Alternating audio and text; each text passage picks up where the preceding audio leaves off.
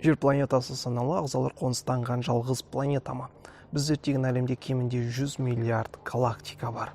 Әрқайсында 100 миллиардтан 100 триллионға дейін жұлдыз бар. Және әрбір жұлдызды айналып жүрген тағы да галактиканың триллиард планеталары бар. Олардың ішінде қолайлы және қолайсыздары деп бөлінеді. Жер сияқты қолайлы планеталар жетерлік. Дәл сол планеталарда саналы өркениеттер тұрақтап қалуы керек емес па? Бірақ сол саналы өркениеттер қайда және осыны зерттеп көрелік.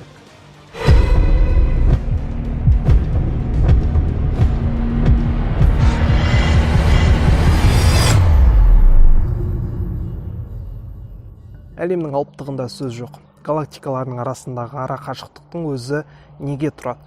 Жарайды, жергілікті жұлдыздар жүйесін алайықшы. Бір жұлдыздан екінші жұлдызға жету үшін қазіргі технологиялармен миллиондаған жылдар кетеді. Тіпті қазіргі жаңағы Voyager деген ғарыш зондын алып қарасаңыз, ол әлі күн жүйесінің территориясынан әлі шыққан жоқ. Енді ойлай беріңіз. 1979 жылы ұшырылған аппарат, 40 жыл бойы ұшқан аппарат әлі бір жұлдызды жүйенің шекарасынан шыққан жоқ. Біздің галактикада біздің алып күн сияқты ірілі ұсақты 400 миллиард жұлдыз бар. Бізге кішкене жеткізу үшін былай айтайын. Бұл сан тіпті жер планетасындағы жағажайларындағы құм түйіршіктерін алып санасаң да асып кетеді. Және галактикада күнге ұқсайтын 20 мыңға жуық жұлдыз бар.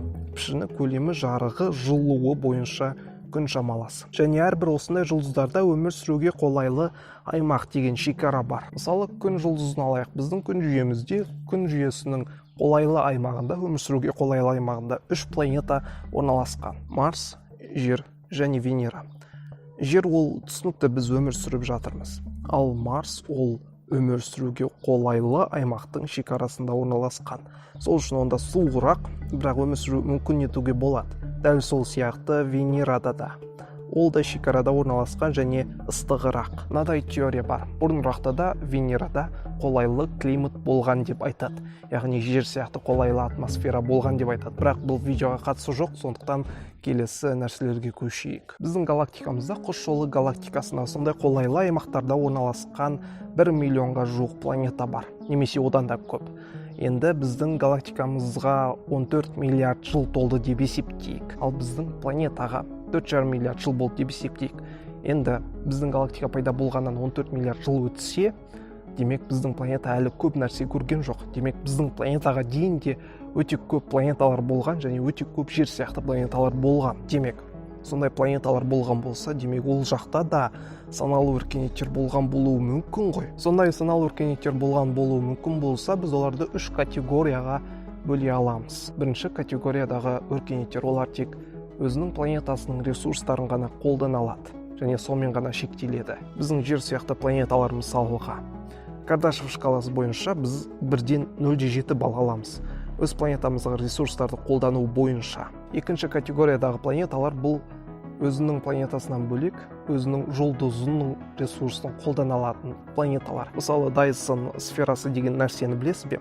Осы сфера жылу мен жарық беріп тұрған жұлдыздың бетін қаптап, содан шығатын энергияны өз қажетінше қолдана алу.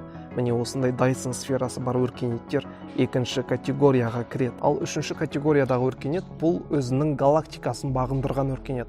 Бұл өркениет өзінің галактикасында галактикааралық байланыс орнатқан өркениетті айтамыз. Енді осы бір үшінші категориядағы өркениет, саналы өркениет, егер галактикааралық байланыс орнатылса, негізі олар орнатуы керек еді. Неге біз оларды әлі кездестірмедік? Неге біз оларды әлі көрмедік? Неге біздің Voyager'лер 40 жыл бұрын ұшырылған Voyager'лер олардан сигнал қабылдамады? Неге біздің телескоптар, неге біздің ғарыш агенттіктері сигналдар қабылдай алмай жатыр? Олар бізге көрінбесе, олар бізге кездеспесе, олардан сигнал алмасақ, демек олардың жоқтығын білдірмей ме?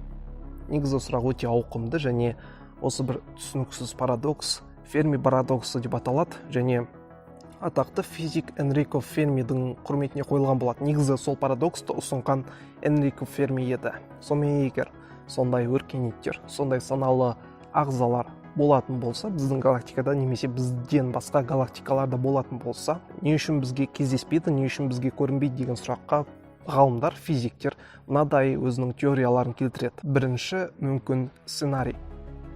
олар супер цивилизация нені білдіреді? Олар соншалықты дамып кеткен ақылды сана иелері, тіпті біздің жер планетасын жабайы тайпалар сияқты қылып қарастырады, және біздің өзіміз дамуымызға мүмкіндік беруде. Біздің планетада да Андаман аралдарында немесе Амазонканың қалың джунглилерінде әлі адам жейтін бұрынғы дамымай қалған тайпалар бар. Оларға дүниежүзілік ұйымдардан тайпаларына кіруге рұқсат жоқ, өйткені сондай табиғатын сақтап қалғысы келеді. Бұл әрине ерсі көрінуі мүмкін, бірақ бұл мүмкін нәрсе. Және екінші мүмкін сценарий. Олардың өркениеті енді ғана дамып жатыр, сондықтан біздің сигналды қабылдай алмайды, немесе бізге қарай сигнал жібере алмайды. Қысқаша айтқанда, адамдар сияқты өзінің жұлдызды жүйесінен шыға алмай жатқан өркениеттер. Үшінші мүмкін сценарий. Ондай өркениеттер жоқ. Және адам осы әлемдегі жалғыз саналы өркениет. Бір жағынан алсаң қорқынышты, және бір жағынан алсаң мүмкін нәрсе. Бұдан басқа да мүмкін сценарийлар өте көп. Және осының астына, сол бүкіл мүмкін сценарийлардың барлығын осының астына ссылкасын қалдырып кетемін. Ал бұл видео сізге нені білдіреді? Адамнан басқа өркениет болуы да мүмкін, болмауы да мүмкін. Сіз көріп жүрген НЛО немесе басқа ұшатын объекттер, сіз көріп жүрген өзге планеталықтар, негізі сіз оны көрген жоқсыз, олар жоқ. Өйткені біз оларды әлі сигналдарын кездестірмедік және нақты дәлелденбеген. Мүмкін жақын болашақта сол өзге планеталықтардың сигналдарын қабыл алармыз. Және осы видеода сіз Ферми парадоксы не екенін түсіндіңіз деп ойлаймын.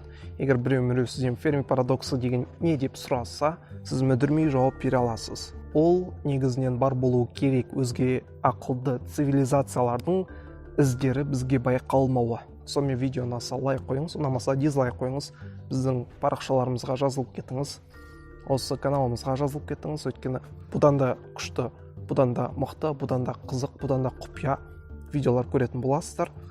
Келесі видеоларда кездескенше.